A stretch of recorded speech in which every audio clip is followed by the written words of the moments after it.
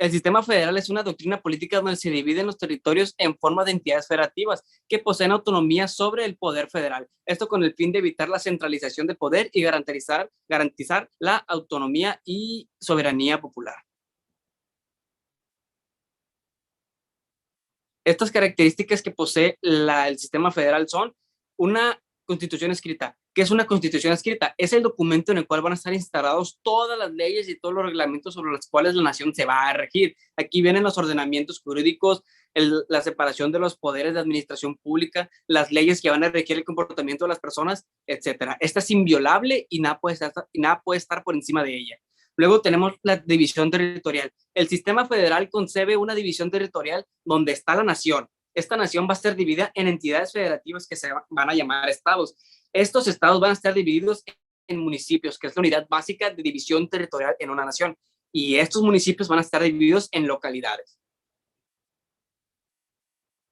Luego tenemos que es el punto más importante del sistema federal, que es la descentralización. ¿Cómo van a hacer esto?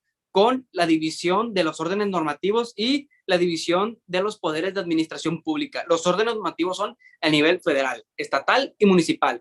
Y los de administración pública son el poder ejecutivo, legislativo y judicial. Eso quiere decir que en cada orden normativo va a existir un poder judicial, ejecutivo y legislativo. Y luego tenemos a la Suprema Corte de Justicia, la cual se va a encargar de administrar, de interpretar y administrar las leyes, las cuales se van a ejecutar cuando sea necesario. Además de que tiene la facultad de modificar la misma Constitución, que la misma Constitución lo contempla en el artículo 135 para adaptarse a las nuevas realidades sociales. Federación, estados y municipios.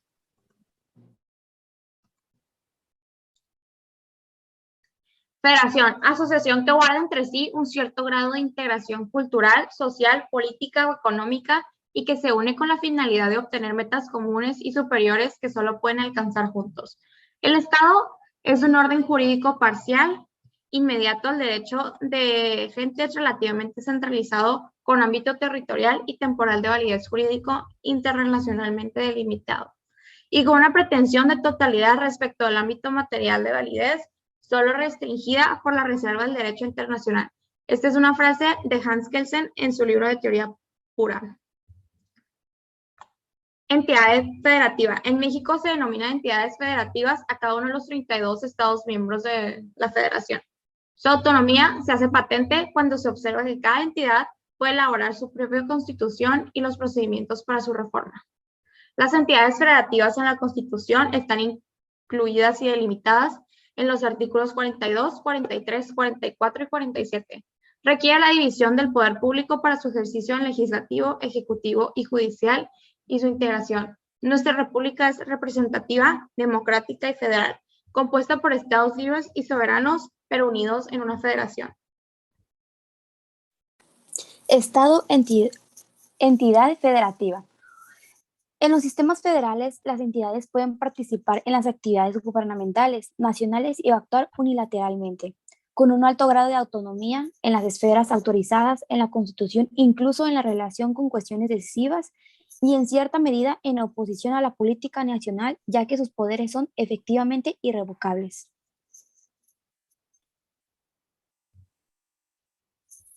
Después tenemos los municipios, que es la persona jurídica del derecho público, compuesta por un grupo social humano interrelacionado por razones de vecindad al estar asentado permanentemente en un territorio dado. En México existen 2.446 municipios que son la división administrativa de 31 entidades federativas del país, con un gobierno autónomo propio y sometido a un orden jurídico específico.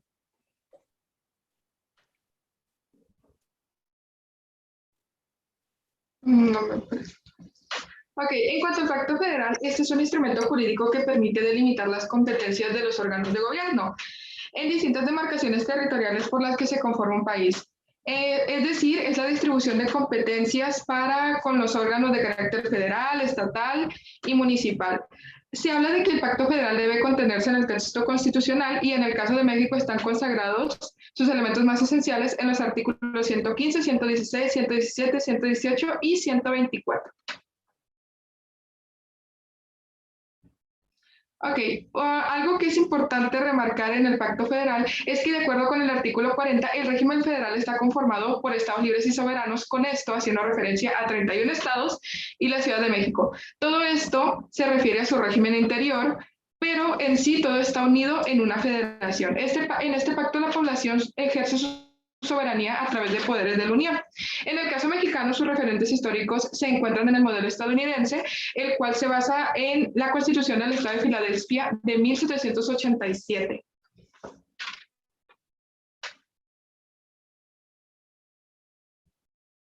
Ok, el federalismo mexicano establece divisiones en el ámbito federal y local en función de los poderes. En el ámbito federal, el Ejecutivo recae en el presidente, en el Poder Legislativo se materializa en el Congreso de la Unión y en el Poder Judicial por la Suprema Corte de Justicia de la Nación, el Tribunal Electoral y tribunales unitarios, colegiados. Por otro lado, en el ámbito local, este recae en los gobernadores y la jefa de gobierno, en el ámbito legislativo en la Cámara de Diputados y la de Senadores del Congreso de la Unión, y en el ámbito judicial lo integran tribunales superiores de justicia.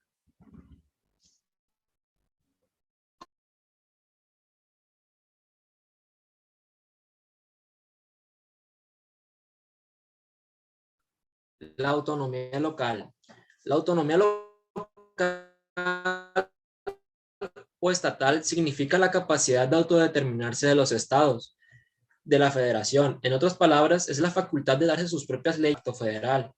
La autonomía estatal constituye como uno de los elementos de un estado federal y a su vez se vuelve un elemento esencial, pues si los estados no tuvieran capacidad de crear sus leyes, entiéndase incluida su constitución y por lo mismo sus órganos de gobierno, entonces la subordinación al gobierno central sería incuestionable, con lo que se determinaría con la piedra angular del federalismo, la coextensión de jurisdicciones.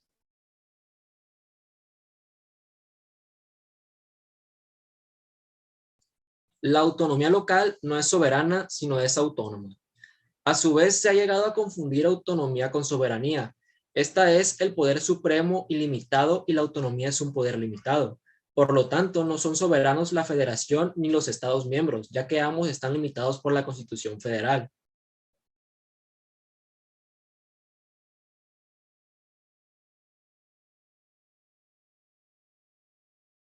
La importancia de la autonomía local.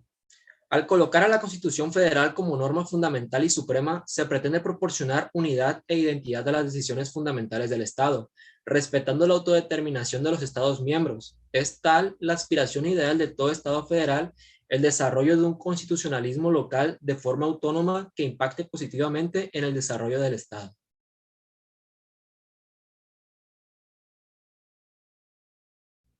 Distribución de competencias en el sistema federal mexicano. De acuerdo al artículo 124 constitucional, que establece que las facultades que no estén expresamente concedidas por esta Constitución a los funcionarios federales se entienden reservadas a los estados.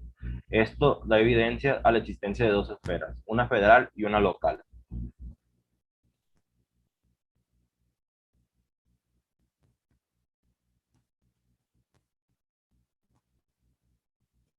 Facultades expresas. Se otorgan de manera explícita a la federación. Estas se clasifican en legislativas y administrativas. Las legislativas se ejercen en materia económica, de planeación y desarrollo y en materia financiera, respecto al servicio exterior, en seguridad internacional y defensa y en política social. Mientras que las administrativas son aquellas que admiten nuevos estados, arreglan los límites y logran cambiar la residencia de los poderes supremos de la federación.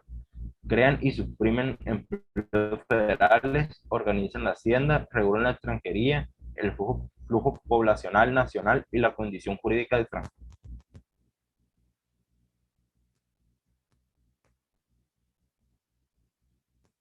Las facultades implícitas son aquellas que por mandato constitucional sirven de medio para alcanzar un fin. Esto puede explicarse por la ineficacia que puede resultar reglamentar desde la norma fundante todas las atribuciones de los poderes federales. En caso de existir una facultad explícita que sea imposible de ejercerse por sí sola, el Congreso debe reconocer la necesidad de la facultad implícita y esta es aquella que le otorga el poder que lo necesita.